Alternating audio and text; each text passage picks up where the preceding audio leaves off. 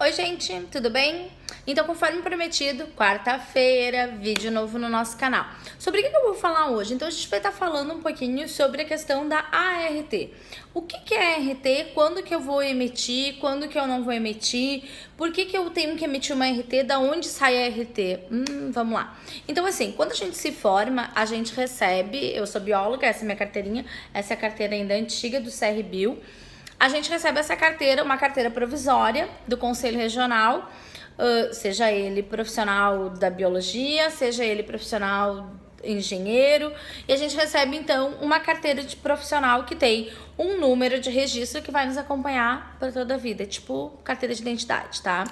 Então, assim, a gente recebe também a carteira profissional do biólogo.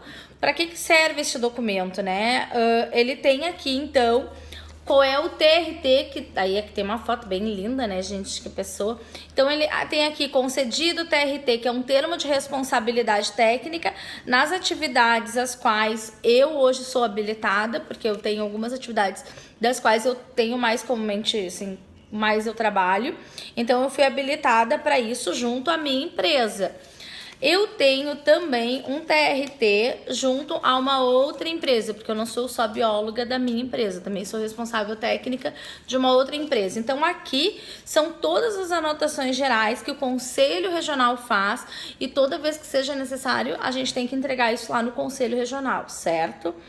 Então, assim, quando é que eu vou emitir uma RT? Todo e qualquer serviço que você presta, você tem que emitir uma anotação de responsabilidade técnica. Lá no próprio site do Conselho Profissional de vocês, ele tem um campo lá onde você preenche todos os dados da obra, do serviço que você está executando. Se esse serviço está sendo acompanhado só por vocês ou tem outro profissional vinculado, porque isso a gente consegue colocar, pelo menos no CRBio a gente consegue fazer isso. Então, assim, esse documento, ele é vamos assim, o documento oficial da gente. Então, assim, é a responsabilidade, o documento que é mais importante que a gente emite hoje. Então, assim, ele vai ter sempre o início e o final de serviço. Por exemplo, se eu sou responsável técnica, essa RT ela só vai ter uma data de início, eu nunca coloco a data final. Isso, a data final vai ser quando tu terminar aquele serviço prestado para aquela empresa ou para aquela pessoa física. Indifere se eu vou ter que fazer essa RT para pessoa física ou jurídica, tá? Aí tem uma taxa que a gente tem que pagar, né, dessa RT. Cada RT que a gente emite hoje tem um valor, e esse valor ele é fixado conforme o valor do projeto. Por exemplo, fiz um laudo de cobertura vegetal, emiti o valor lá de R$ 4.000 um laudo, por exemplo, tá, gente? Tô dando um exemplo. Então, assim, esse valor, qual vai ser o valor da taxa dessa RT? Quem que paga essa taxa? É o cliente? É a gente? Normalmente é o cliente que paga, certo? Pelo menos aqui no escritório todas as taxas são pagas pelo cliente, certo? Aí o que acontece? Terminei o serviço, certo? Fui lá, emiti minha RT, iniciou tal dia, terminei tal dia. O que eu vou fazer? Eu vou pegar a assinatura do cliente dizendo que eu finalizei aquele trabalho, vou fazer um atestado das atividades que eu prestei no papel timbrado, vou pedir para o cliente emitir para a gente um papel timbrado e vou emitir o quê? Um atestado de capacidade técnica. Para que serve isso? Por exemplo, quem trabalha muito com licitação, a gente tem que comprovar isso através das nossas CATs, né? A certidão de acervo técnico.